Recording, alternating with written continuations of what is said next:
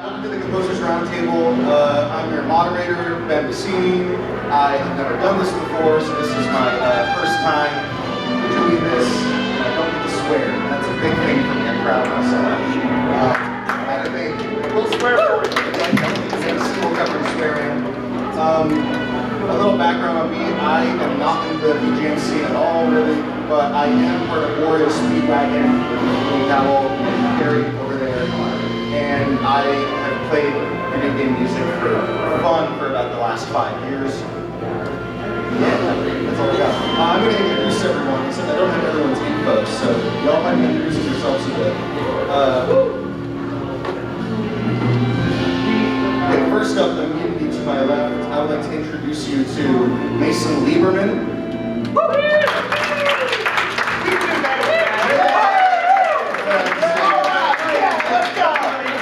I don't think he needs a mic.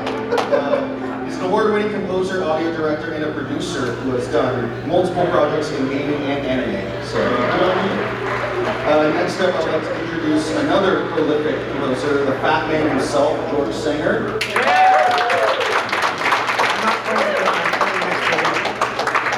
The not prolific composer, George Sanger. Next up, we have Adam Gutman. Gutman. Adam Gutman. Call me whatever you want. I just found out about 2 minutes ago. How many games have you written? 1,200 video games Adam has helped on. That's pretty It's more than Tommy Tony. Do not compare him to We're not going down that road today. He's worked for Disney, Blizzard, Sony, Atari, Warner Brothers, the whole 9 yards. Another prolific composer we have, Chase Papilla. He's been nominated, and I believe won also several awards. What was your mobile game called that you won, that you got nominated for? Aztec Ride. Aztec Ride. So give it up for Chase.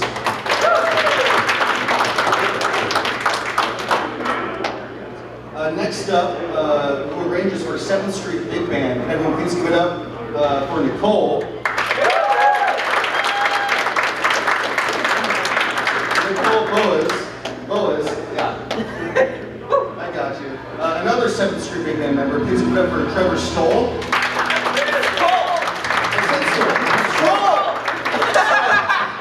Fun fact, in all the notes I have for Trevor, the R in his last name is missing. So I am being gaslit. That's so on you, dude. Oh, me! Trevor Strong. Another person that's at the stage is Ian Powell. Did you run into projects such as Ian Powell's Canada Sexual Goblins, as well as Buy Store, as well as being the best video editor that I know. Thank you. So stuck. To his left, we have Ross Trevenza. Yes. Okay, I got it. Composer BAFTA winning, nominated. Just, hey, you'll get there. And then finally, last but not least. Sorry, I needed that. We're gonna go back. You want to go downstairs? We don't have them down Would you like to introduce yourself? Yeah.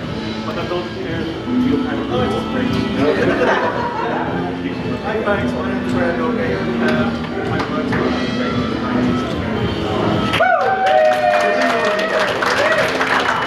Also from all over the UK.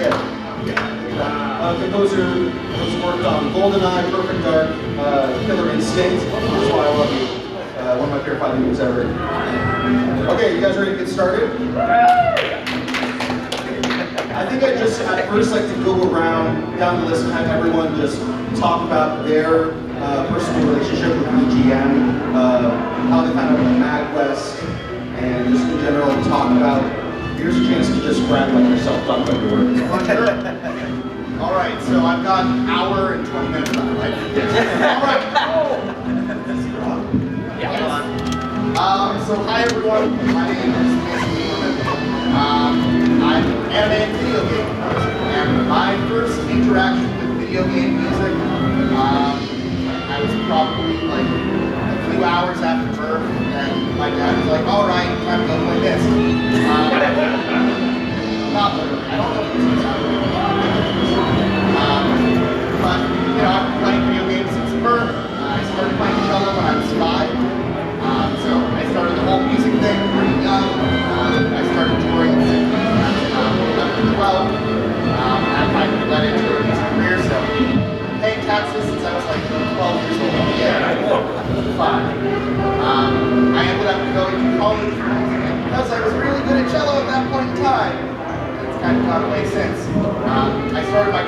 by working as a recording artist, by working on soundtracks. My first soundtrack was actually Super Smash Bros. 3DS when I was 20 years old in college. I was a cello player. That led to working as a composer, working on Ruby, that led to working with Japan, Beyblade, Pokemon, then I worked on like 30 or 40 anime franchises.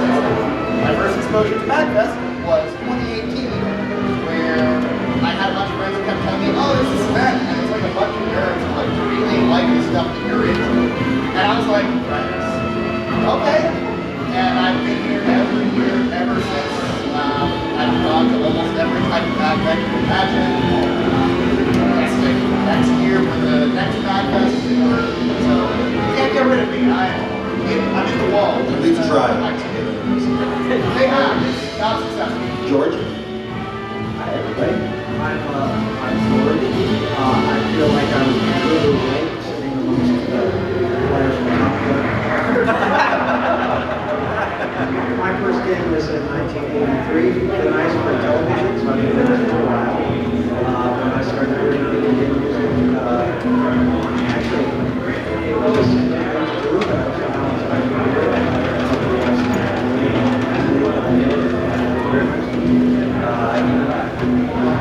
when I started on Nintendo, I went first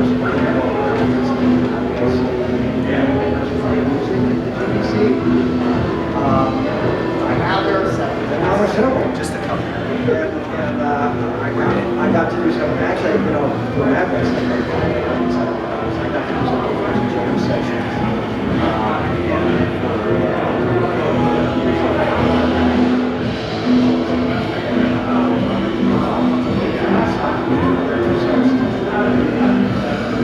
Anyhow, the hits include Commander and 7th and let's say things like that. That I was told for the thing I had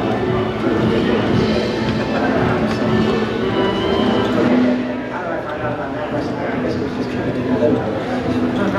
But Robbie from Jim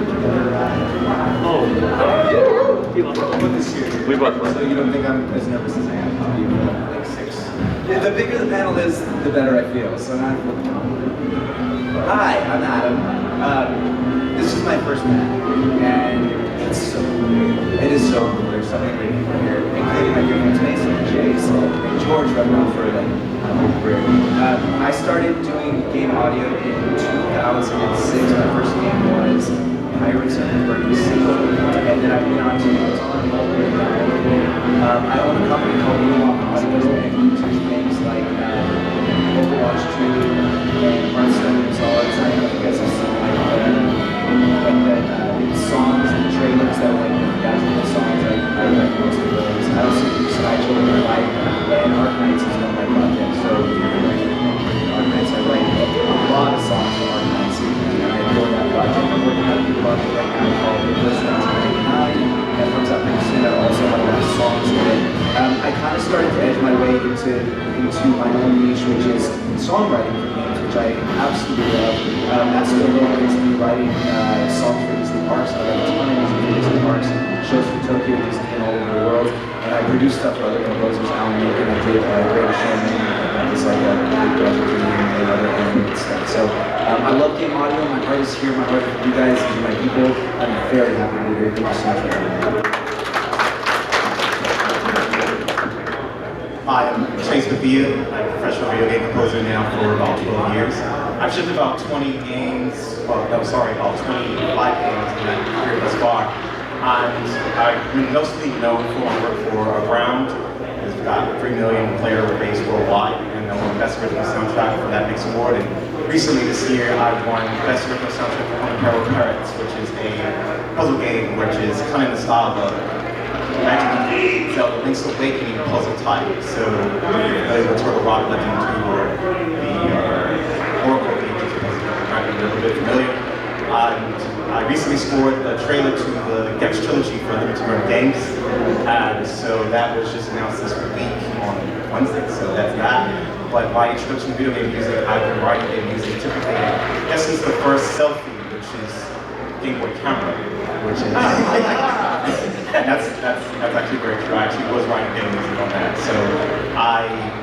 always had the sound for many years and been told that my music sounds like video games. And my first panel that I think I in comedy conference was Adam and George Sanger that I was introduced to about 13, 14 years ago. So it's a big honor to kind of be here and be melding the industry as a Swiss Army knife for video game production, which is my first MAGWest introduction. I was on the episode of Pixelated Audio, it's a video game podcast, and they brought me on for a featured guest of that year, and that is when I write in dynamic music, interactive audio, and that's when they gave me that title. It's not self-proclaimed, but I worked very hard and very long for the process of making sure that video game music is sounding the way it should, in my opinion. I'm very grateful to be here. Thank you.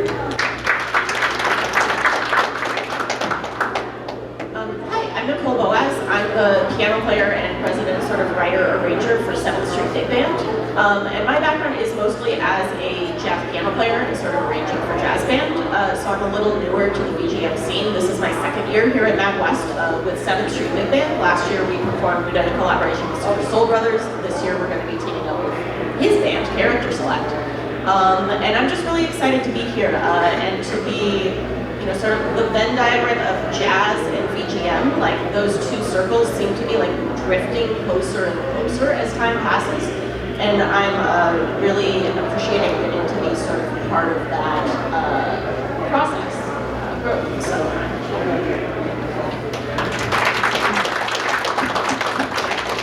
Hi, my name is Trevor. Like you said, I'm band for Character Select, and I'm also the saxophone, one of the saxophones for 7th Street Big Band as well. I learned about MAGWest last year actually when V actually came and was like, hey, you guys see it really like video game music? Have you heard of this? No. So she introduced me to that, and I was like, ooh, I should make a band for this. So like I already had some I went to San Francisco for jazz. I already I already had a few video game versions for that, but then I started thinking a lot more about it. So I was like, you know what, I want to make a band for this, and so I actually formed Characters like last year for MAGWest, and so yeah, that's my experience with video games. I'm still great, great new, especially compared to anyone else at this table. Yeah, that's all I have. Everybody, I'm Ian Calloway, and I'm just really excited to be here. I'm not a composer, I'm a musician. Ian Calloway's band Exceptional Goblins, My Score, Warrior Speedwagon, Birthday, and my non-VGM fan side. I grew up playing a lot of video game music. I was an indoor kid for many years, and it definitely was something that inspired me a lot of times, even more so than non-video game music. And I would be in bands that didn't do VGM, try and code things in there, was really into it. So I was a worker, I was aware of MAGFest, into MAGFest. Started coming to West in 2017, and I'm going to be here every single year until it stops being, which I think doesn't happen.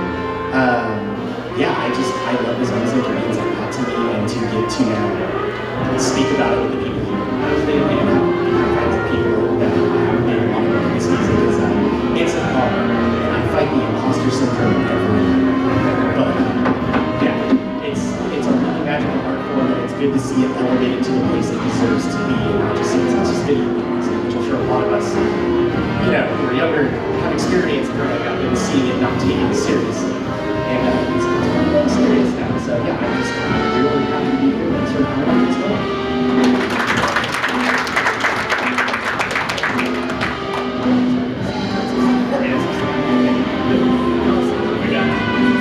Because I'm Ross Together, so I guess like a lot of people was playing a lot of video games. It's really successful conversations and more just like some of the side of last enjoy space career and things like that, maybe in sports. So I'm not good at sports, so I'm good at music, which is I was always had a huge passion for video games, and I was doing music in like industrial bands and things like that. For some reason, it just never gelled in my head. I combined those two things until I met Greg. The Annals of Time at some point. So he very kindly got me to write them in music on Times for This Too. And I joined the company, this company, Really Radical. I worked on Times for This 3, and then since then I've been composing ever since. Games like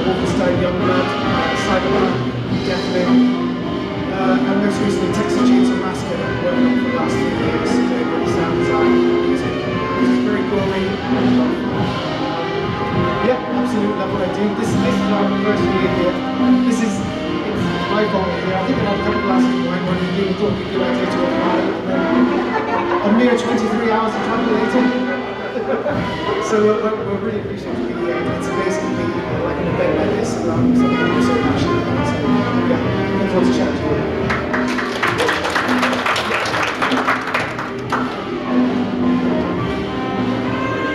Hi everyone, my name's Graham Rowley. I'm trying to condense a 45-year career into 100 minutes of the doing.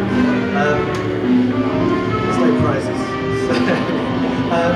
So yeah, I started writing computer music, video game music in the late 80s on the Amiga, and a couple of failed attempts to get into the industry via Psygnosis and using on their 16-bit projects.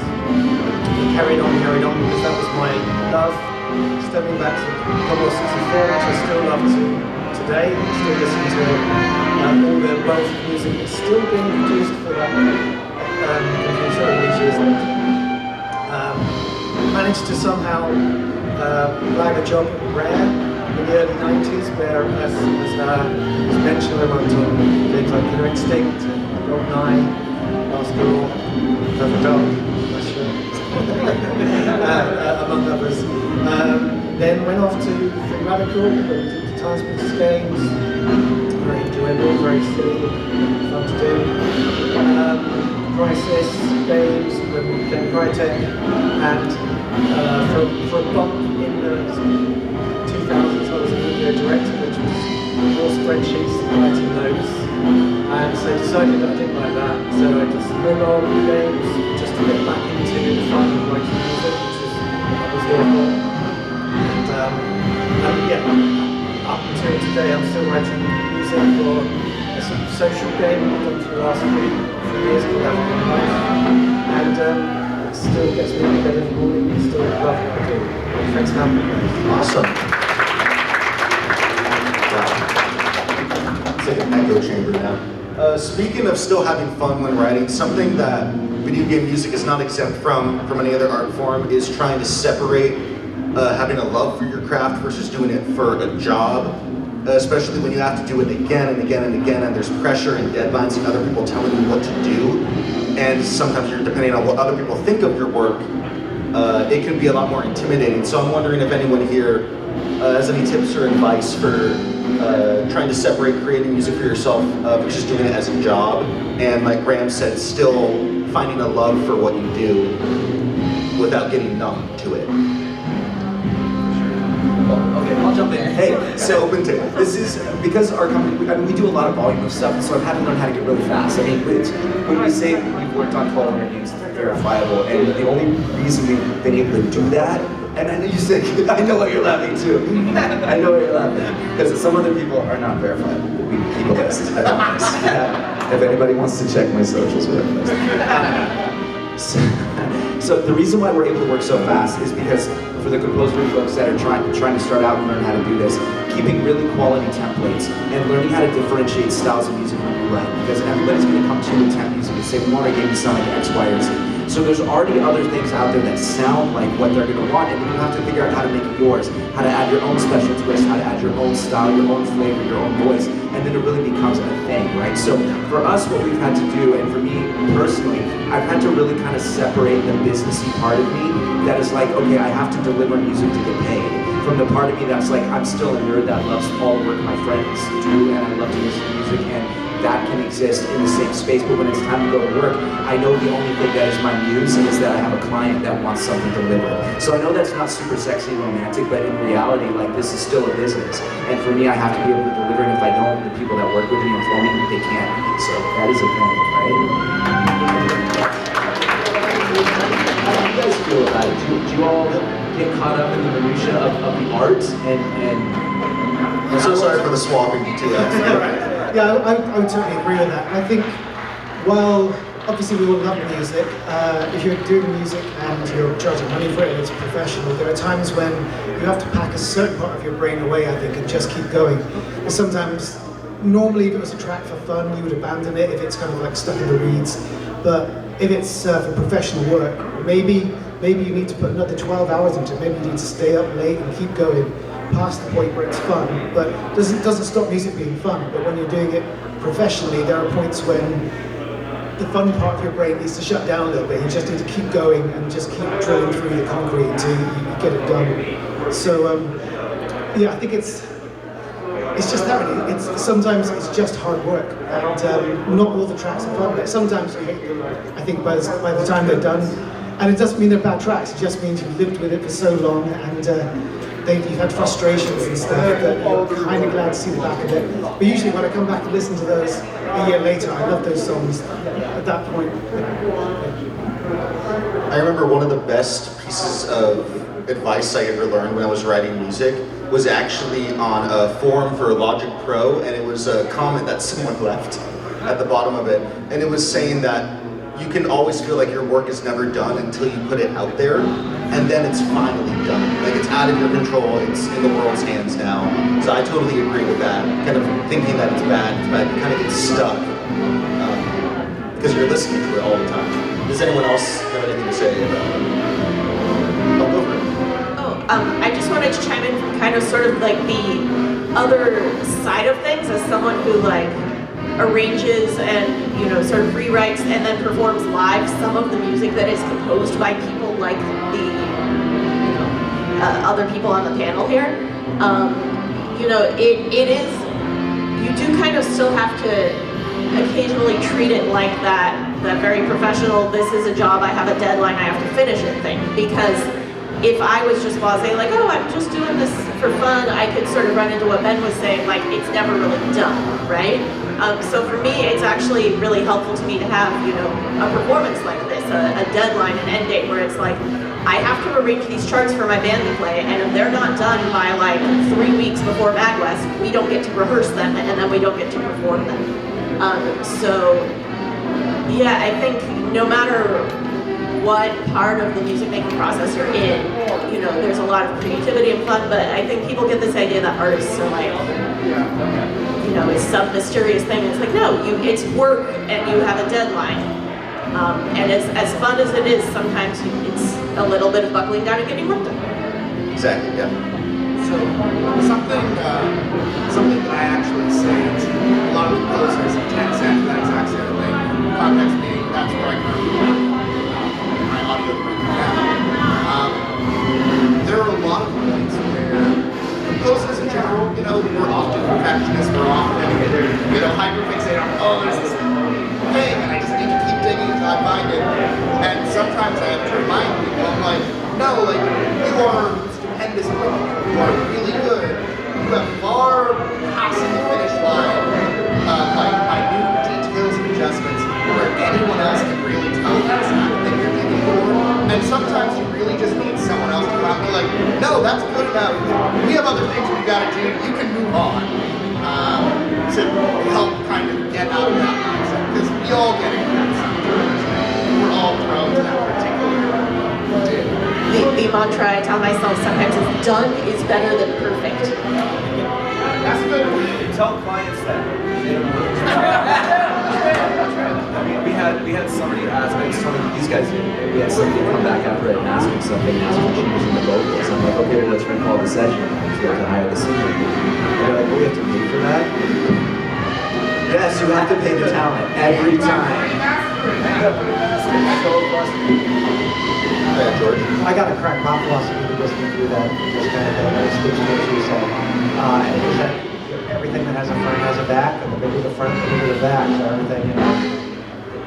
And there's like two things in life that seem to be an exception to that. One of them is love, it doesn't seem to have a downside. And the other one is work on going up. And I find that if you nurture that part of you that goes, I'm working, that makes me like, you know, that makes me like those people who work with. I mean, if you look at the people that you admire, they all work hard. We got to do the stand there and stand. And he's just like always growing, always growing, always growing. And we had that sort of culture around Team Fat. And that it wasn't, work became like an honor, a happy place, a place to nurture the flow. And it's like, if you're working, you're happy, you know. So look at that, look at those philosophies of flow. And that turns the work, that turns the grind, and it just makes it a blessing on you and the people around you. You know? Yeah, I don't know what this love thing is you're talking about, but that all, I agree. It will find you. Maybe, I run from it. Kind of speaking more on what Adam was saying about your experiences when you have to write for other people, and you're told you have to make revisions or something's not right. I was wondering if anyone here has any stories about that, or how you had to handle kind of rejection from a higher up and needing to make changes that you might not necessarily agree with. I have never been given a revision request. My music's perfect. Okay, Mason doesn't get to speak for the rest of the panel. I'm done. Anyone else? I saw a great quote somewhere online. I feel like it's from an editor from Game of Thrones, and they said, when they tell you what needs to be changed, they're usually wrong. When they tell you something's wrong, they're usually right. So I think that's good. Like when you get feedback from people, they're like, "Oh, you need to make the drums 3 times as loud." I'm like, I really don't. But they admit that if it keeps coming back, you need to be honest with yourself. If something is wrong, there's tickling there, and you probably know deep down yourself that there is something wrong. So I think it's good, like, not to get aggravated when they try and suggest things, because some suggestions are obviously wrong. Yes. Don't argue with me. Quick shortcut, they'll save you a lot of work. Don't argue with them. Don't explain to them what you were trying to do. Don't explain to them what you're trying to do next. Speak with the music. Just make a revision. Just make another thing. And then you'll find out. Maybe you're right. And I usually start with the thing that I suggest and like run it past myself first, just for something to reject unless it's something. Yeah, so I was working on the game Reality, and I wrote that in 2016. And then I went forward and worked with the same developer some years later, and they gave me a temp of my own music.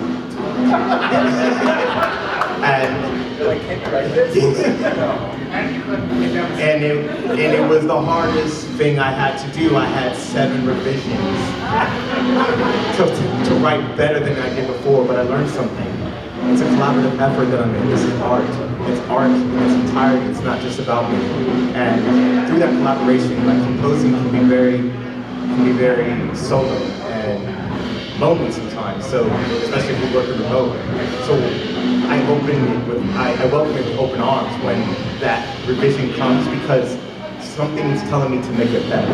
I'm not married to the music, I'm married to the project, and what the end process is to create and connect with you all, listen to it, want to perform it, want to be involved, and appreciate, and it touches your heart in that way. And that's how I do it. That's a very healthy way of doing it, like self-expression. Okay, so let me ask all you, all folks here, because this is something that frustrates me too, and I think it's like part of imposter syndrome. Anytime someone taps out with my own stuff, it freaks me out more than when I get like a John Williams tune, because I know I can never be John Williams. Like that's something I know will not happen. But try to be better than yourself is like the hardest thing. Does that freak you out? Sorry, so I'm writing a book, and I'm going to give you an insight to the book, and you're going to get a sneak peek to this. Imposter syndrome does not exist. I'm going to break it down. Any one of you working at Burger King, tell your people, like, it's not just hypothetical, tell them, hey, I make music. And it's like, okay, so you write the music, and you show it to them. Imposter is something that you're faking to be. The syndrome is the act of doing something in a pattern that is continuous. You put those words together, they don't match. Now, if you're working at Burger King and you really don't like the music, you're imposting, absolutely. You are lacking the knowledge of the confidence that you seek to be confident in to do what you need to do. That is what it is. The catchphrase imposter syndrome does not exist. It's in here. Find the knowledge, seek it out, knock off the ignorance, and find the knowledge within. Still freaks me out to do right now. I don't know what that means, but it still freaks me out. I would love to shift more into talking about playing music live. Who here plays music live? I would love to hear any tips or advice. Anyone here play music live or would like to play music live one day? I was wondering if anyone here that's a live performer could give any tips on, playing live music, the difference between doing that versus just writing in your bedroom or writing wherever you do, and sort of any hurdles you've had to overcome. Because a lot of composers, it's not necessarily like a Venn diagram of people that like to write music and people that like to play music live. a lot of people, especially in video games, tend to be more introverted. So I'm wondering if anyone here has any tips about live performance. So yeah, I'm definitely more on the live performer side than the composer side. In fact, I was having her help me with the Nicole over here help me with the big band charts for our show today. You did a great job with them. After she fixed all my mistakes. Teamwork makes the dream work. Yeah, but no, I'm definitely more of the live performance. I definitely shine more in that space. I had a director in high school that actually had a really specific, good comment for it. Like you're gonna you're gonna practice and whatnot. You're gonna do all your stuff beforehand, but like by the time you get on stage, it's too late to be nervous. Like you're already done all your stuff. You're already good. You just gotta get you don't need. It's too late to be nervous. You're already going up on stage. There's no time to get nervous. Yeah, there's no time to be nervous. Yeah, it's like so you just gotta get on stage and just start playing. I feel like once you're it's kind of like public speaking, which I'm also really bad at. But yeah, I'm surprised too. But yeah, again, just to do it more and more, you just start, you get more used to it. You just start doing small shows, like maybe go to some open mics or some open jams where there's no stress, there's no stuff. You just start getting into that space more. Like I was the weird person with when I started doing jazz in the middle school, I was like, can I have all the solos? They weren't good solos, but I wanted them. But no, honestly, just getting yourself to just do that stuff and put yourself a little bit out of your comfort zone. That will help with that kind of live performance and whatnot. Yeah, like the constant exposure to it. Yeah. Will eventually wear you down. Yeah. This is a hot topic for me because at 2 I'm jamming with Robbie and the Super Soul Brothers or whatever, and I am not that player, right? Yeah. So the way I'm approaching it this time, I do not have the chops. I'm a major pentatonic, minor pentatonic. So what I decided to go with this time is tone. So I've got a really nice old 58 guitar, an Gretsch guitar, and I've got a nice old tube amp. And I'm just gonna play that one note, bend that one string, and hope that it hits the top. I'm gonna listen like crazy and let them do their thing, and then I'll just find a place where it sounds good. And if it sounds bad, I'll turn it down. And if it sounds good, I'll turn it up. Does he think that'll work? Because I'm nervous. But I'm not going to act nervous because it's too late. Because what I just learned is, by the time you're playing, it's too late to be nervous. Something I'd say is I've done hundreds of gigs over the years, and a lot of them in real sort of dive bars and things. And for 2 reasons, be very careful about the equipment you bring out live. Don't be bringing out like a big modular rack if you're going somewhere where someone's going to spill beer on it and knock it over, put their drums on stage and things like that. I've lost a lot of equipment over the years because of that. It gets simpler and simpler as the years go on. But also, if your stage setup is incredibly complicated, some people like to set themselves that challenge, but generally, the more complicated it is, the more things you've got to pay attention to, and the more problems that can suddenly happen live in the middle of performance, like pulling you away from the audience. So if you can simplify it down to something that you enjoy playing with as little possibility for error and mess-ups as possible, then it lets you engage with the audience more, enjoy yourself. Like if you're on stage, like on tenterhooks because your modular is going to fall over any second, then you're not going to be enjoying it.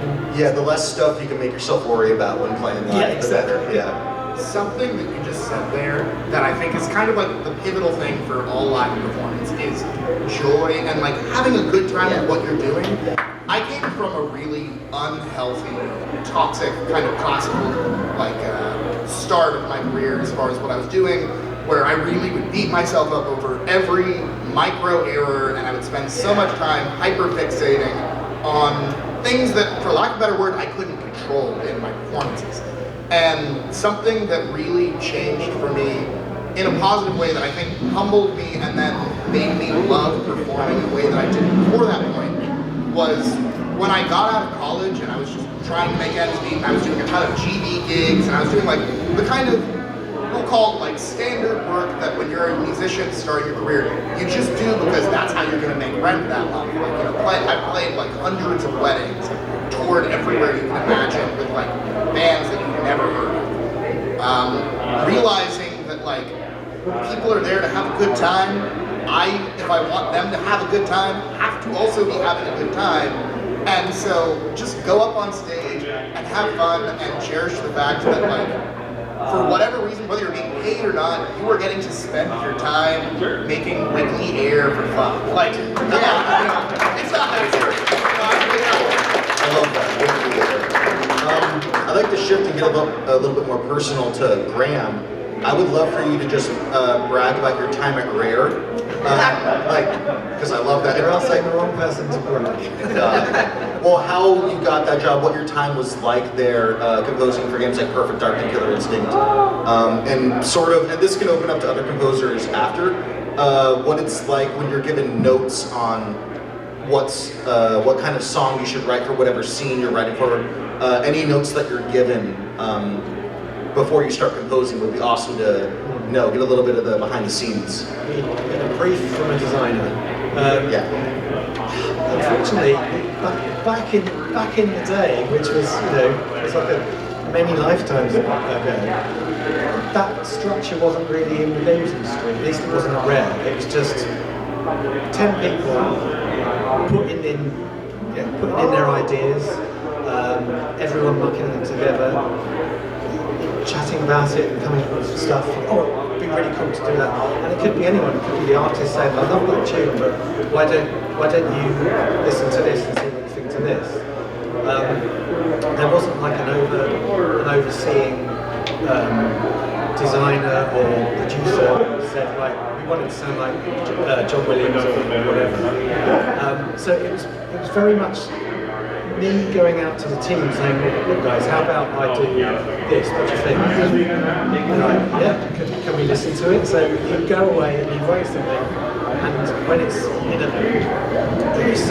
semi-finished state that you are not embarrassed to play to someone else, you go over there, go over to the rest of the team, play it to them, and gauge their reaction. And if it's like, yeah, it's alright, then you know it isn't alright, because I'm a Brit and people don't really like to say what they actually mean. No one's going to go, this is garbage, start again. But you can tell by the body language. So was a lot of your time at Rare like that, a little more freeform? Definitely, yeah.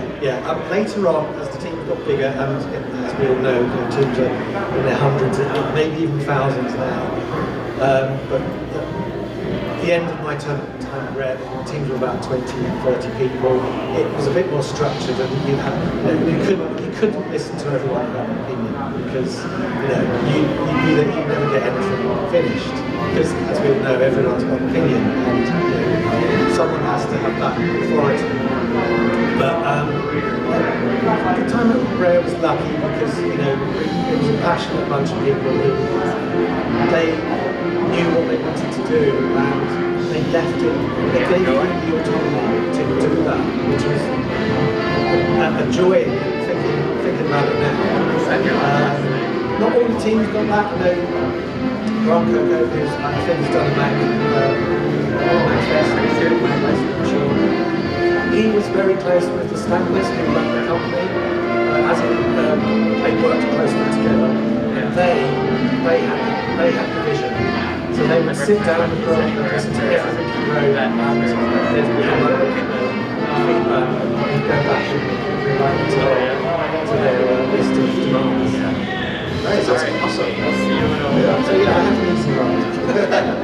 I would love to shift a little back into the business side and talk about networking and trying to sell yourself as a brand to try to get jobs like that, because I would drop everything I have right now to work for Rare in the 90s. Alright, bye everyone. Give it up for Jay. Actually, I would love to go to Ian about this, because Ian I feel like you're a networking king. Like, you are constantly working, and you're constantly having like a really good output. So I would love to hear about your process behind yourself? I just like to have a good time with my friends. By the way, this is my belt from my tunic. I left it yesterday leaving the main stage during a costume change. And supposedly Gene grumbled about it to Jay and gave it to him. So thank you, Jay. Everyone give a round of applause to Jay. This is networking. I'm a big old fan, big old nerd of music and art in general. And it brings me a lot of joy, and I like telling the people who bring me that joy how much it means to me. And at the end of the day, like, it's really easy to sit up here and go, oh my gosh, it's all these people, and I know their work, but dudes are just dudes. People are just people. Like, at the end of the day, we're all just, normal, innocent men. And it's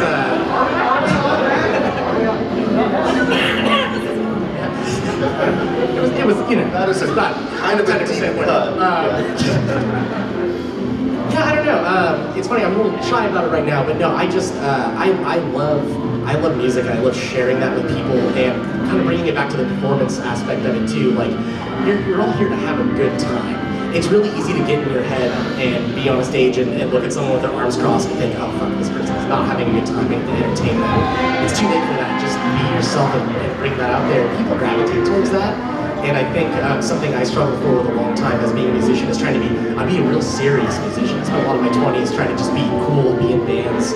And while I had a good time, it really took until like probably my 30s and the pandemic to be like, oh, fuck it, I'm just gonna sit in front of a green screen that's the wrong size and make goofy videos. And then, doing a lot with a little, people resonated with that and kind of came forward out of the woodwork and wanted to do stuff. And I had to like take a step back and realize, like, it's not about, this huge list of accomplishments, because I'm creating that right now for myself. And I don't know, the goalpost keeps moving, but I'm already so much farther than anywhere I anticipated being, like getting my felt belt handed to me here on this wall from all of you. And, Never saw that coming. Never saw that coming. And I mean, just being at events like this, I've got to work with Ben and Trevor and maybe even Mason.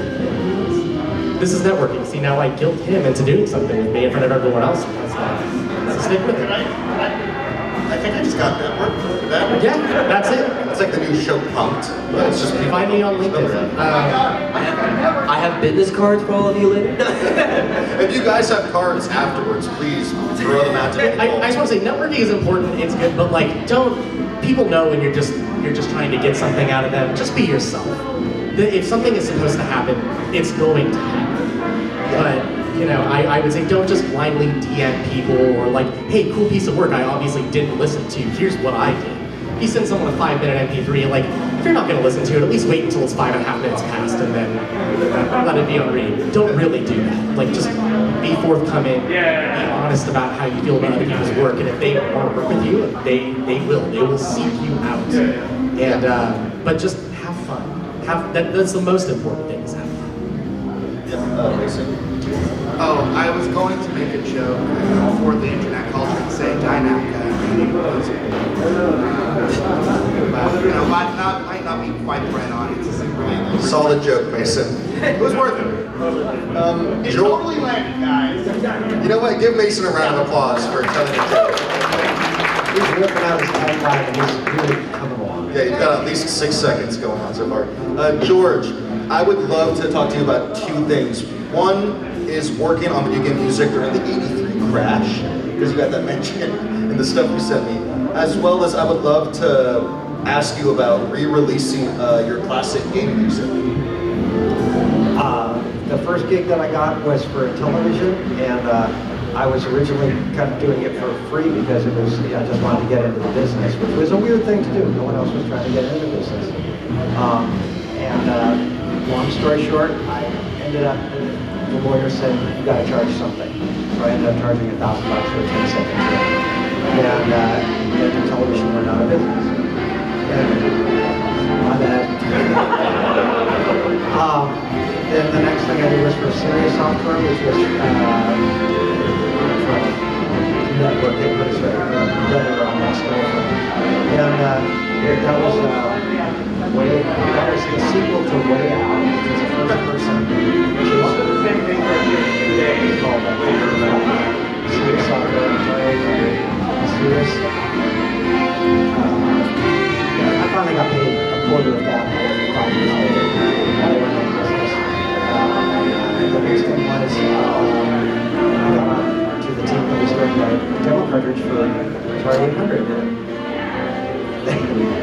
Atari went through a massive reorg. So that was that crash. And so later when Nintendo came out, the guy actually who I did the television game for, Dave Warhol, he was my brother's roommate. That's the network that happened there. He came back to me and said, I got some work for you. I'm going to still charge $1,000 for 10 seconds. I said, okay.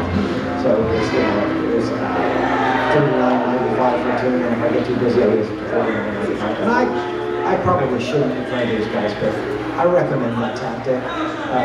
Charge cheap, don't charge nothing. But charge cheap until you get busy and raise your prices. That works. Am I in trouble? Okay. Okay, so that was one.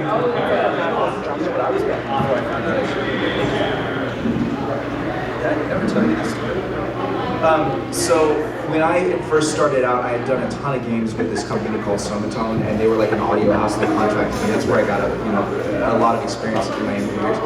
And it was before I knew any of these folks. So they were paying me like $300 per minute of music, but I was cranking out so much stuff, and they were telling everybody, and I can say this now because it's been so long, but they were telling everybody they had like a team of 40 composers, but there was 3 of us, and we were so overworked, and we were so exhausted, but I got a lot of experience. And then I got yelled at. When I first went to my first GDC by a few different folks that are like, you're undercutting everybody, and this is bad for the industry. I had no idea. And so like from the beginning, I was on the defensive going, oh shit, is it like, what do I do? Eventually I gained the courage to step out from under Somatone and start my own company, and I'm grateful that I did. But from that moment on, I vowed to never undercut or underpay people, and we never have. In fact, when we hire composers, we don't even take a cut because they're just helping us maintain our business, and we want to keep that clientele. So I had to learn like hard and fast that take care of your community or it doesn't take care of you, but that's not what you're saying, because I believe in what you're saying too, is that you have to find that balance between what you're worth and what your client's willing to pay. And sometimes what you're worth is way more than a client can afford, but you want to grow with them, so it's okay at that point to charge less. You know what I mean? And that goes both ways. Sometimes when I hire a musician, I got a couple $100, and my attitude is, look, I can't pay an artist like you what you're worth. I can't pay any artist what they're worth. This is what I can afford. Is that cool? And they're like, yeah, man, that's cool. Yeah. $200, I can take the week off. Oh, sorry. Oh, let me know when you want me to transition into that. I would love for you to transition, but first, Nicole, is there anything you want to say? It was going to be really quick. I was just going to sort of second or add on to what you said about, I think what you said demonstrates how important it is for people in any industry, so composers, musicians, to talk openly about pay and what you're being paid and what you're making, because it prevents situations exactly like that. And it's also really important to people from marginalized or underrepresented groups who might be underpaid by virtue of like being a woman or a person of color or whatever it is, to have that sort of openness about like, well, here's what my work situation is like, here's what I'm getting paid, because it helps people to know if they're in a situation like you're in. Yeah, that's why we need a union. Can we get off of that for a second? I'm always lived by that philosophy. Because I know that a lot of folks here are fans, and that's amazing, but we don't really get into the minutia of what the business side of this is. Do you know how much composers make? Do people have any idea of what the going rate is? We get paid per minute of music, and I've always been really open about this too, because I don't care. It's like, I want to make sure my friends are making money. I want to make sure everybody knows what they're worth. The average rate for a mobile game pay right now is anywhere between $700 and $1,200 per minute of music composed. Now, when Moonwalk, our company, charges a company like Zynga, we have a longer relationship with them. So we can get away at the $750 per minute rate because they give us a bulk amount of work, and that's okay for us. But companies like Blizzard pay us a little bit more. So for that, it's like around $2,300 per minute of cinematic music completed. For gameplay music, they only pay me $1,650. So when I work on like in-game stuff for Overwatch, that's what they're willing to pay. And sometimes it's negotiable. With most companies though, the average for us is around $1,500 per minute completed. And then we have an asset sheet for things like stings, musical stingers. How long are they? Those are like the events, like the cinematic events and the caps at the end of things. So if it's a short stinger, maybe 125 to 150, a little longer stinger, around 200 per unit. And then ambiances and sound design. My partner, Alex Cox, they are sound designers, so they have a per asset rate. But when we work with a new client, we're able to kind of normalize that and talk with our friends and say, hey, what are you charging? Because when I find out that other people are able to charge more, and I haven't had a conversation, say, with Jason in a while, and he's like, dude, I'm at 1,800, and then Mason's like, I'm at 1,800. I'm like, shit, I need to be at 1,800, and then we figured that out. So there's no secrets, you know. We don't have a union, so we have to like stick together and make sure that we're doing it right. And if some of y'all aren't charging that much and you're doing, you know, work, then let's talk, because we can help you with that. Yeah, that was beautiful. Another angle, I sometimes gauge it by dollars an hour. I just kind of calculate, or sometimes I say if I make a couple $100 in a day, that's a good enough. Right? And so then I feel great if I make $1,000 in a day. But sometimes I'll have a talk with him and I'm like, oh, I write at a different rate. But it's just so healthy to be able to talk around and like kind of get a gauge and see what makes you happy too. It's part of it. Yeah. Are we still doing that topic? Yes, I would love for you to, before we get too off topic, to talk about re-releasing your old music. I'm re-releasing my old music. I don't know if you guys. Here's networking. Here's my networking. I need it. You guys are the fans. I was thinking about you. I made these little things with QR codes that get you my Bandcamp page. Boom, you just kind of come up there and get one of those. And, but the Pet Pet Saves the Zoo stuff is all remastered. A bunch of the humongous things we did. Pajama Sam, Seventh Guest is all up there. Wing Commander stuff. But really the humongous entertainment stuff, the stuff you grew up with as a kid, is remastered. And that's some of my favorite. It's just beautiful stuff. We did it all. That technology that they had was some of the first technology that let you use real instruments in the game, but it was coming across at 8-bit,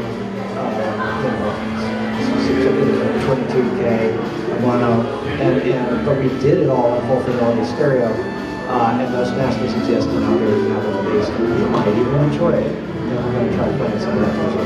I got a big love of that. There's 3 different ones, collect them all. Yeah. Thank you for asking. Yeah, I wanted to ask maybe 2 more questions before we open up to a few audience questions if anyone wants to ask them anything. Circling back to what Adam and Nicole were talking about, and this is open to anyone, talking about the risk-reward of doing this as a career, whether it's playing music live, doing arrangement, or composing for video games, the risk-reward of doing that, and anything that you wish you knew before getting into this as deep as you guys have gone.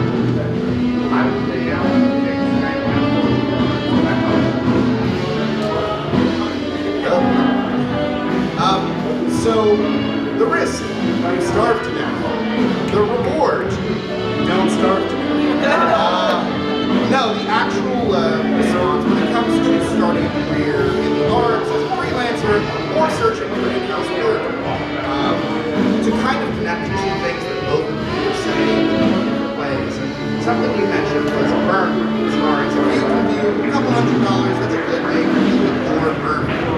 If you want to know how to start a career in anything, how to launch a business in anything, how to get into whatever field you want to do from an independent standpoint, before you make a product, before you make a service, before you do anything else, you have to understand your burn. You have to understand what it costs to run your life, to pay your rent, to pay your bills, to eat your food, to prepare for the eventualities that you have to confront. And then from there, you're able to get your, what I would call baseline fundamental rate off of, well, how much work do I need to produce an output at whatever rate in order to make those numbers match? How much do I have to do if I then assume that 80% of my time isn't spent making the work, it's actually spent looking for the work, and what does that then do to my numbers? And once you've done those basic things, you can calculate how to start at, okay, I technically survive if I do, X dollars per minute of music per week, and I do X number of minutes per week. And then from there, you're able to start building your brand, working out deals, because you know that you can afford to take those opportunities without it literally putting you out of house and home. And from there, that's where you start building a reputation, building a brand, building, a relationship with your clients.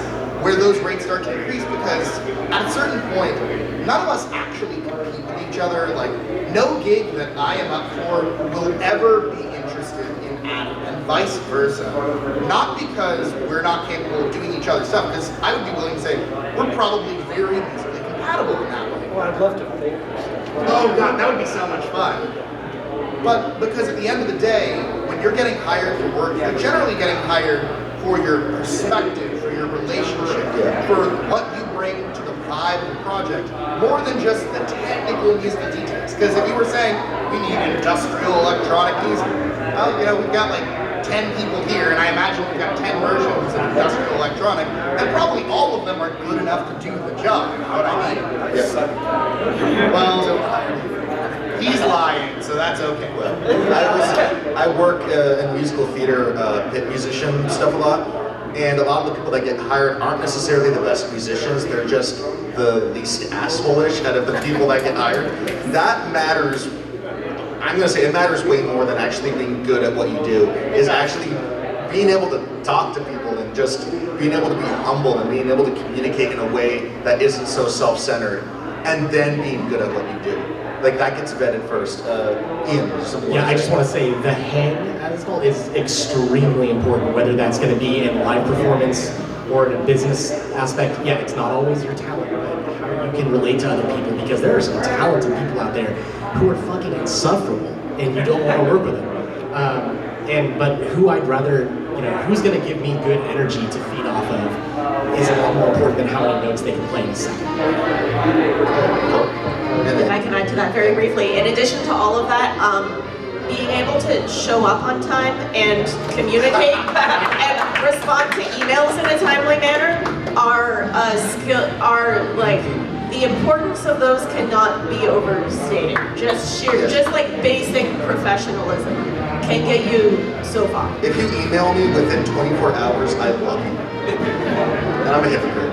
Ross, is there something you want to say? Yes, actually pretty similar sentiment. So the two-way thing, the first thing I was going to say is pretty much that. So I work, I'm an audio director and composer, so I've been on both sides of the fence.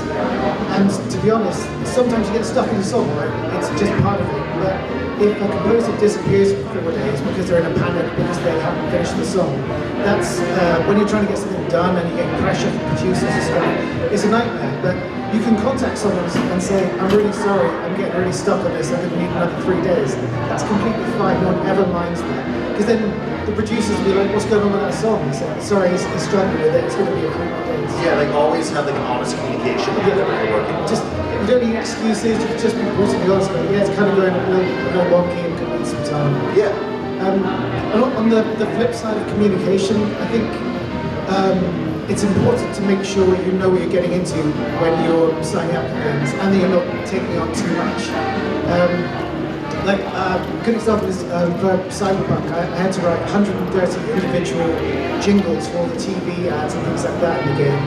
And I gave them just like my sort of my per minute rate, without really thinking too much about the fact that a lot of those 130 jingles are like 3 seconds long and stuff like that, and everyone had sound that was done by a different composer. So, we need to work to like a minute rate, because that's a standard thing to do. Just make sure you understand the details of what you're taking on. If you're going to have to write like 100 little tiny songs, each one different, there's a huge amount of like setup in each of those songs. And also, while it's tempting to say yes to everything that comes in, like, you just be careful. Like, if you burn yourself out and you deliver mediocre music because you're afraid and tired, then you're not doing yourself any favors in the long run. So, obviously, when you get going, it takes a long time before enough people are asking you for stuff that you have to say no to it. But yeah, just don't burn yourself out for the sake of that extra job.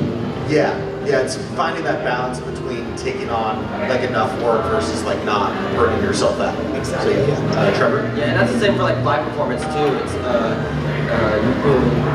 you want to make sure you're not playing so many gigs that you're just not getting sleep or exhausting yourself so you can't do anything else. And you also, like you said before, you want to make sure you negotiate ahead of time as to as best you can, like what it's gonna be and when you're gonna get paid. Again, to the best of your ability. Something I've had plenty of experiences where something happens like oh, we don't have the money. It's like, what do you mean you don't have the Yeah, when you're working with people, always ask about pay. If someone's uncomfortable with telling you how much they want to pay you, like up front, don't work with them. That's shady as shit. Don't do that. They don't want to pay you. Yeah. Yeah, or and like also negotiate too when you're gonna get it too. Like again, if you can, like preferably within like a day or sometimes maybe a few days. If like a few days is probably fine. But you know, after that, what is it? Come on, guys. Chase, I was wondering if you could give another perspective from the composer side of things versus risk reward and everything that we're talking about. I can't make a sentence. Yeah, sure.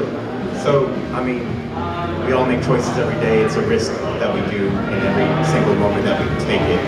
The risk that I personally, in my mind, go with is that it's going to be the last gig. Are you ready for that? Or are you going to be able to sustain the creativity that you need to match the longevity that everyone else has been doing?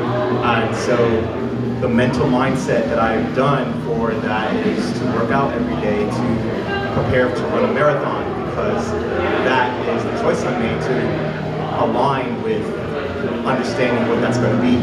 And also attribute it to my game playing skills of now transferring into, this is officially an RPG on the higher level of every RPG that's been made in order to sustain. I mean, I'm not trying to beat the game, I'm just trying to continue to play. So the reward is to continue the fighting games. Yeah, awesome. One final general question before opening it up to the public. I would love for everyone to tell me their favorite video game soundtrack that isn't theirs. I know, yeah. And just like a brief, like maybe 1 or 2 sentences why it's your favorite soundtrack. We can just go down, if that's cool. The cheat answer would be Smash Bros. Ultimate, because it's every soundtrack. I worked on the earlier one. I don't think that counts because I didn't compose that soundtrack.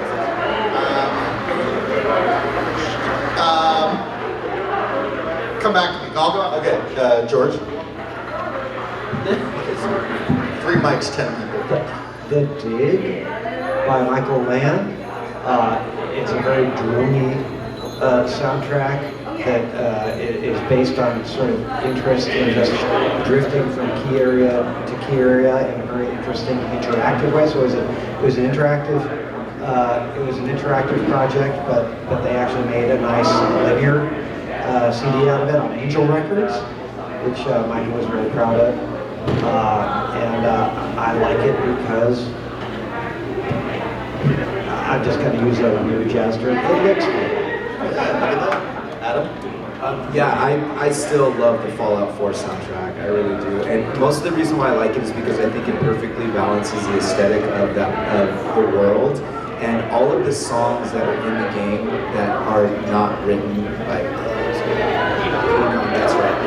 All the stuff that they put in the game, like the source music, fits so well, and it just feels like transports you somewhere. Awesome. Jace? Yeah, for me it's Beyond Oasis, and Yuzo Koshiro-san wrote the music for that. A lot of people know him for the Atrian Odyssey or Streets of Rage, but he really pushed his musical chops in a variety of different forms in that. And Sega Genesis, with writing, if anyone's got any familiarity with writing an FM chipset style, it's not easy, so big kudos to him. Nicole? Yeah, so not necessarily my favorite, but as someone who spends much more time arranging other people's music than writing my own, I'm going to shout out a game that uses arrangements of music not originally for video games. I love the use of the Debussy preludes in Untitled Goose Game. Good design. Trevor? Joke's on you, I don't have any video game songs. I sell that one. Honestly, for me, probably any of the Kirby music in any of the games. And all those songs are bangers. Oh my god. last year even, like I think was it the first ever video game? Saw, like was it 8-Bit Big Man just won a Grammy for was it Meta Knight's Revenge specifically? From what I know, I don't think any actual video games have won an actual Grammy. Am I wrong on that? Or And then the Journey soundtrack got nominated. what was yours? Yeah.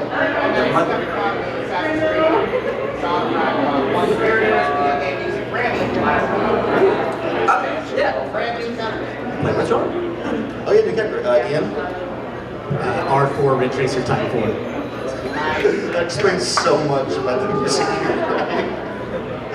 Ross? For me, Red Dead 2, just because it was a beautiful, classy soundtrack anyway, but inspired me a lot, like dynamic music systems and stuff, and just the way like game scores can be quite sort of full on and take up a lot of like the band of the sound.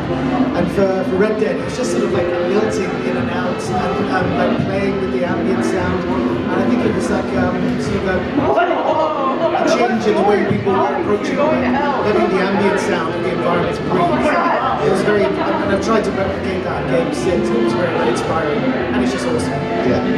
Graham? Oh, and if anyone would like to ask a question, you can line up around this table and then we'll share this microphone. If anyone has a question to ask, you can start lining up now. Yeah, for me, it's Happy Back for a Day on the N64. I mean, like Chase said, with the Genesis, it's not on that level, it's not like if anyone knows what the N64 was like. Yeah, Robin being artist for that soundtrack, the amount of styles and the amount of music we've got out there, and the technical level is impressive, but his musicality always impresses me. Everything he does, I think, That's awesome. Also, Weird Al Yankovic on that soundtrack too. For Conker's Bad Fur Day. maybe on the Xbox version. Oh no, I thought he performed the Great Mighty Coup. No? Well, was I given misinformation on the internet?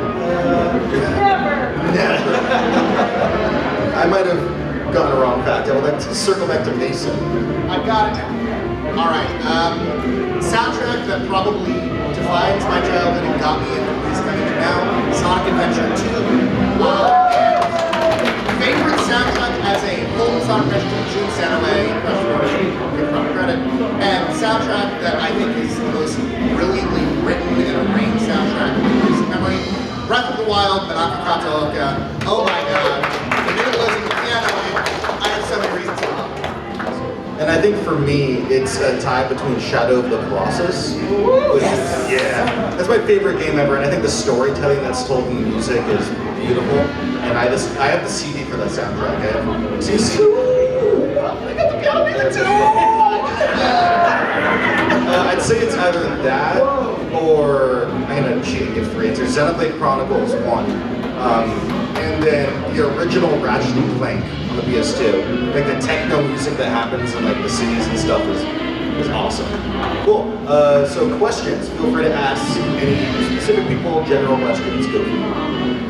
Hi everyone. So with your collaboration, we all were talking about like doing this for a job and separating the creativity and the job aspect of it. You mentioned sometimes it's better to have something be done than to have it be perfect. When you're working on something that you don't feel is perfect, but you have to finish it, how do you deal with composer's block, if it ever happens? I don't write. I know it sounds weird, but I can't force creativity. I know I have to do the work. And I wrote a blog, it's 15 different steps that you do. You wash dishes, you take a walk, you take a nap maybe, but as long as you feel that you continue to try, and you can even do a step forward in terms of, I'm going to write a bar of music. Sometimes a bar makes a big difference. And if you do a bar a day or whatever the milestone is, you'll actually get there. But just try to stay as proactive as you can, even though I know like the creativity in terms of the block happens. You gotta keep writing. You gotta at least noodle. You gotta at least play something, scales, chord progressions, whatever, listen to music, braid your hair, I don't know, do a backflip, something will happen. There's some creativity is everywhere. Yeah, and writing music is like a muscle that you have to flex. Like every day do a little bit, even if you write nothing and you think it's all bad and you end up never using it, it's something you should try to do a little bit of as much as you can. So you're constantly getting that muscle memory. Trevor?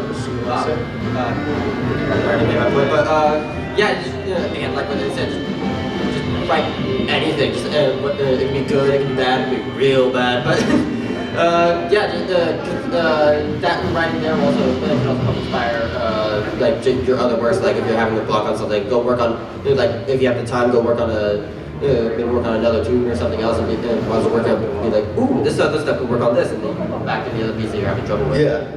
Absolutely agreed that that's, doing the work.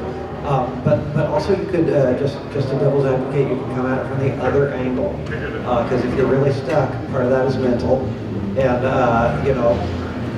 it might not be as bad as you think. And one way to approach that, in Team Fat we had this very encouraging attitude where when Joe was teacher he had his own preschool for a while. And he said when kids sit on the ground and hold them, I don't want to look at the other person's drawing and say, I like your drawing. And you know what, your drawing might be okay. So these are my close ones. And then do the work and love doing the work. Just do it without Yeah, I would say it's really easy to just stop what you're doing if you don't feel inspired. But one thing I do power through is I have just for every song is a Google Keep document, and I make a checklist for myself. So even though it's kind of lame, it's like a grocery list of things. Like if I'm not feeling inspired to do a guitar part or a bass part, I know there's other little things I have to do operationally, and usually by the time I clear that, I start to feel a lot better, and then I can get to the fun part. Yeah. But I really make action items to get through it, and then the end result is it's just a fun time. Right? I don't let anyone else see that part, but really making it a task list that I can accomplish makes me feel better, and I feel more inspired. It makes it more objective, like it's more like this is something that has to get done. And also, keep your old work. Try to keep a portfolio.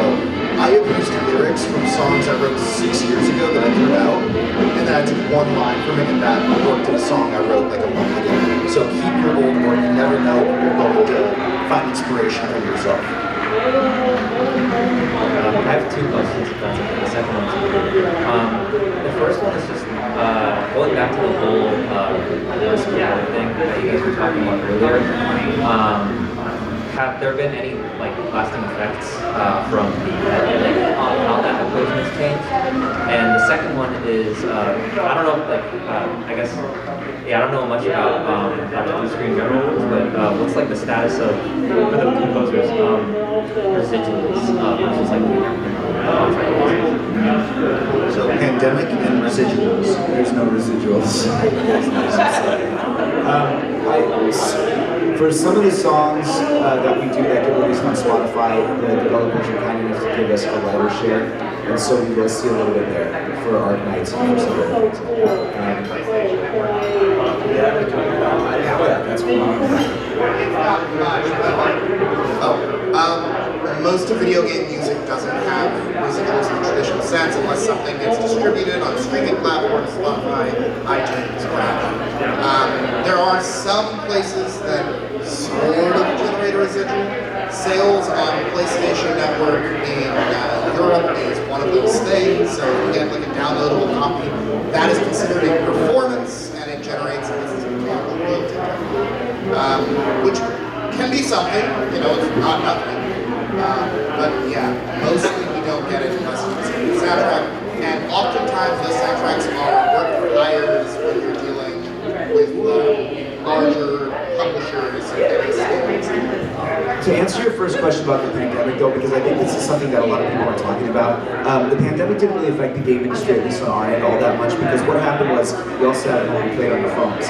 And so for a lot of the developers we worked with, they went from struggling before the pandemic to making a lot of money from microtransactions, which feels a little bit predatory to me, honestly, but if people are willing to play games and Google AdSense makes the money, then take a cut of it, that's fine, because it's feeding all of us that we're trying to do this job in the first place. We lost out a lot with like Disney parks, and we lost a lot with live performances, and we lost a lot with like doing installations in museums and other things that require people to show up to something for obvious reasons. But we saw a lot of new composers emerge over the pandemic, so it was really good for the folks that learned to work at home. Another thing the pandemic did that was really positive for folks is it taught a lot of y'all that are playing music how to record your damn selves, because I've been asking you all for years to do this, and a lot of people just didn't want to get a microphone, or they didn't want to sing at home, they wanted to show up to your studio. And for us trying to be efficient over the pandemic, for everybody that learned how to be their own bedroom engineer, thank you, because we've hired so many of you to play on our stuff, and that's been enormously beneficial to our time. Also projects like even Hearthstone, when we're doing choirs for Blizzard, a lot of singers learned how to record at home. So then we're getting all these wonderful stems back that were very usable, that before were not. And now I love having people record at home, especially choirs. And we're getting things like hiring 4 to 6 singers and having them sing multiple parts and send us a big ass folder of stems. And it's all phenomenal. So kudos to all the musicians that are putting the time and energy to learn how to be sustainable. That was people looking at a negative situation and turning it into something positive. And there's still plenty of room for those of you that want to get into playing on video game soundtracks. That's what we need. I can't afford to hire a studio all the time to get things recorded, but I can't afford to send you $300 or $400 to play sax on a song if you can record it. Let's hit Chase then Mason. Yeah, sorry, I just want to speak up about the residuals. I can only speak for myself. I've been freelance for about 15-something years. I do get the residuals, but I negotiate that because I work on independent games. I don't work on a lot of AAA games. I just never got the opportunity. So in AAA, that's that. But I get but for that, I do get that. I get soundtrack sales because I own all the work, and that's how I negotiate those things. So I just wanted to speak up and say that it does exist in one area, but it just may not exist in another area. And one thing that I wanted to add is actually on top of what Adam said, the downturn from the pandemic didn't hit us during the pandemic. It's actually hitting us right now. So something that you are seeing right now in the video games industry pretty aggressively is that a lot of companies scaled up during 2020 and 2021 because suddenly their games were generating 3, 4, sometimes 5 times as much money as they were previous to that point. And suddenly, you know, the economy has been downturning, there have been massive interest spikes, and all of a sudden a lot of developers have frozen hiring in a lot of the last year. They've downsized teams dramatically. A lot of projects that were greenlit when the money was looking really amazing suddenly don't seem quite so sustainable. And so right now is actually a really difficult time for a lot of independent musicians, a lot of developers in general, people in the games industry, because there's a lot of downsizing. There are a lot of teams that are cutting people, and I would say that by and large, every single major studio that we like, all of them, have probably had considerable layoffs within the past 6 months, which is tough. Yeah, by and large is what they call me. Okay, next question. Hello, so with regards to breaking into the industry, do degrees actually matter? And the second part of that is it better to be a jack of all trades or go for what you actually want to do? Ross? I guess the first part, in terms of when I've hired people for teams and stuff, a degree shows follow through, I guess, and dedication and passion for what you do, but I would never consider it a deal breaker in any way. Like, I base it purely on show reels that the people send me and passion they can get and then interviews and stuff. So it's good, but for me, I don't consider it essential. In terms of the jack of all trades thing, I love doing horror games, and I've done a few now, but I'm still not in a position where I can be like, hey, I'm the horror guy, because there's just not enough work generally. And I think when you're starting, it can be very dangerous to try and focus yourself on in too much of a niche just because you need the work. I mean, you can actively pursue some kind of area that you're interested in, but you should really try and have a sort of general awareness of as many styles and types of music as possible. Make yourself useful to everybody, and then hopefully down the line when things are going really well, just start pushing in the direction that you're passionate about. My path took me in a slightly opposite direction. I mean, what he's saying is correct, but oh my gosh, to ignore what you really want to do, you kind of live to regret that. So keep that nurtured. There's a lot of pressure on you to learn everything. You know, I mean, you used to be able to just be John Lennon, but now you got to be all four Beatles. You got to be the the publishing department, the guys in the brown lab coats and everything. You got to work your social network, and you got to you got to do everything. But you got to hire someone to do your mastering. That's what that one thing is doing. But everything else you have to do. That's not really true, and to some extent you're building your character, you're building a shape around, you might be the jazz calypso person, who's really good at, jazz calypso, and sound effects that go boom. But that's you're forming your character, you're putting the stars in your attributes, you're shaping like a Tetris piece, and at some point, a opening that is the shape of your Tetris piece will likely open up. And if it doesn't, you've got those other skills that you can help the team. Trevor? I gotta go with the middle point between both of your guys' points. You should absolutely pursue the specific things you want to pursue, but sometimes you do also just need to take the other things as well. So I'm again mainly the live performance guy. I'm really into video music. I'm trying to push myself more into that space and trying to get into more of this area. But one thing I just started doing last year is just becoming a saxophone teacher as well. I had no plans to become a saxophone teacher or a teacher in any format. I'm a really bad teacher.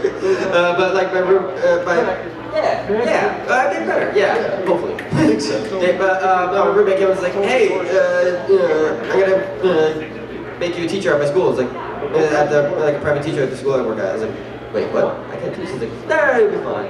Yeah, no, but again, yes, definitely pursue the things definitely you want to do, but you might also still need to do other things as well. And it's not selling out. Like my main job, I'm an electrician and a carpenter, and then I just write music, and that's still what I consider like my main job. I do not make the most money that way. Like I make maybe like a quarter of my paycheck that way. That's not. For career sustainability, sometimes I've articulated it as being a little bit of an hourglass shape, where when you're starting out, you don't really have a lot of control over what opportunities show up and what you get asked to do. And so you probably are going to end up needing to cultivate a very wide skill set to try and be able to take in as much of that work at the start of your career as possible. Because you don't know what's going to hit and what's going to work. As your career builds, people are going to start to associate you with a specific thing that they really like, that they connected with, that they see you as, oh, you're the person who does this. And so you will then end up developing an expertise in that particular thing and become the person who's like, oh, if I want, songs with a Broadway bent with video game style and flair and color, I go to Adam Guthrie. That's who I go to. If I want surf rock, guitar, influenced BGM, I go to George Sanger. And then finally, as you, that's where you start to kind of hit the sustainability point. From there, branching out to making this a lifelong career is finding ways to then get back to doing all that other stuff too, of people calling you and being like, hey, Adam, it's Disney, we need another show, we know you arrange this amazing stuff, and Adam being able to go like, also, I can do this other franchise music, I can do this other style of stuff. There are these things that you don't know that I do that I'm also capable of. And then I'm going, oh, yeah, you're right, here, do that too, and getting to reopen that way. Yeah. You literally do the same There are arguments to be made that we are the same composer, and no one has seen us in the same place before today. So really quick, we have 4 people left. I'm going to cut it off after you. 4 people left, so yeah, let's do this. Hey, Alex. Hey guys. Thanks all for being here, for sharing your stories, and from coming across the pond. Or kind of like on that same vein, was there ever a point where you guys had that self-awareness of, oh, this is my voice, or this is my, you know, what I do best?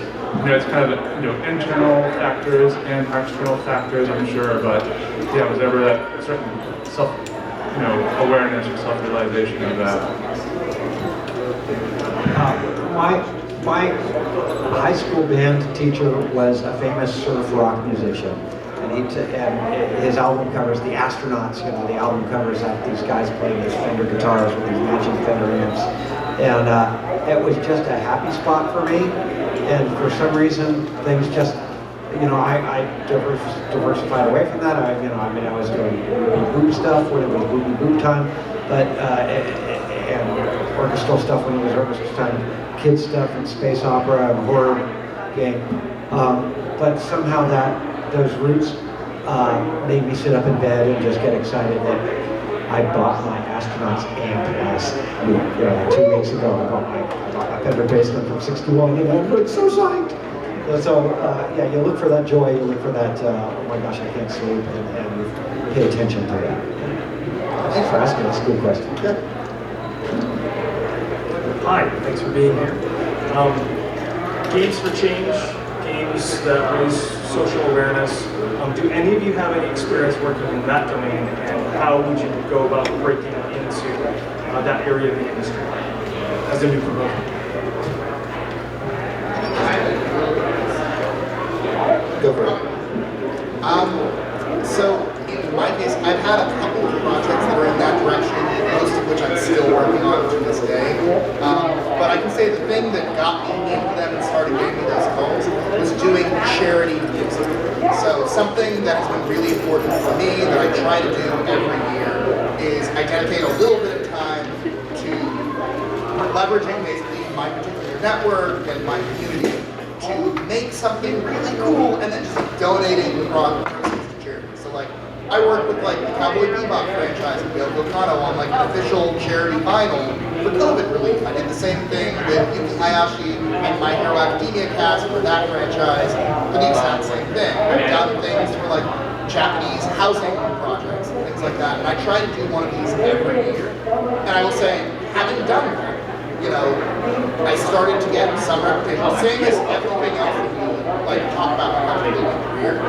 Once people started going like, oh, I guess Mason cares about doing this particular thing, cares about causes, cares about, you know, making social change and stuff. People would start approaching me and be like, hey, are you interested in something like this? So that's how I do it in my case. I will brag for you, that Cowboy Bebop charity work got charted #1 in Japan on Billboard. Yes, and #6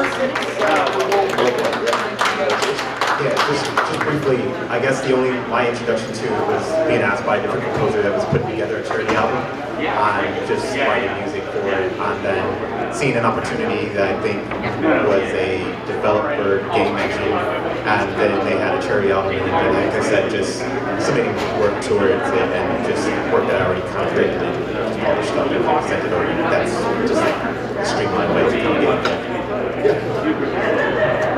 Hi, thank you all so much. This panel has been super informative. I have a question about being in a creative rut, that not necessarily composer's block, but when you do write, you find yourself falling into like the same sort of patterns, using the same sort of tool, and everything sort of sounds the same. Like, have any of you experienced that? And if so, how do you deal with it? That's a good question. From that side of the table. Yeah, I hear that question loud and clear. I think sometimes if you've been working on something too long, or you've been working on a project for too long, or you don't have maybe, you just fall back to your default, and then you realise that this is, what you're creating is nothing special. It's just emotions. And when you realise that, it's time to go down for a while, go for a walk.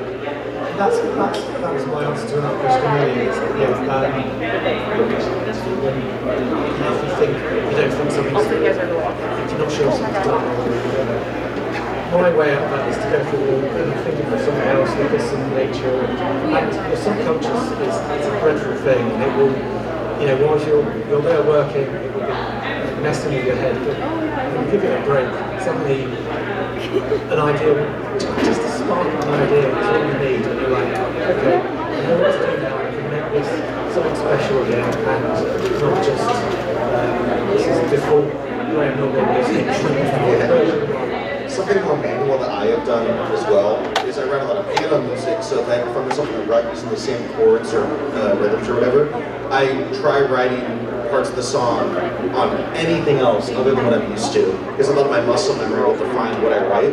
I find if I write on like a clipboard or like piece of paper, or even in a DAW like Logic or GarageBand or something, that can expand what I'm writing, so I'm not just doing the same stuff over and over again. And we have one more question. I've just been told we're at time, so. Hi all. So I'm going to keep this brief but also very open-ended. What does collaboration mean to you? How do you do it if you do? I'll take it. So the thing about collaboration is I learned that it was a sign of maturity as I got older. I used to think I could do it all myself, and I really can't. We run a tight ship, but we also have a really awesome team, and a lot of the folks out here are people that I love and want to work with, like George and Mason, and Chase. So it's nice to have a community. The one thing that the game industry provides us that we've built for ourselves is our own sense of family. And when I tell you that these are some of my best friends, that is not bullshit. Since I've been in this industry, the coolest, best human beings I know work in games, and if those people are shitty people, they're out and we push them out. Not because, it's because that's how we try to keep everybody safe. So collaboration comes from the people you love, and when you're collaborating with people you love, it's always going to be with them. And so we got it. Don't be shitty people. Anyone else have any final remarks to say about collaboration? Oh, Work with people better than you. Surround yourself with people that will elevate your craft and just make you better. That's really easy for me to do. I suck. Everyone, thank you so much for coming to the Composers. Give it up for your composers. Please talk to them, get their info. I've been your moderator, Ben Bassini. Please have a fun time at the rest of MAGWest this weekend. Thank you guys.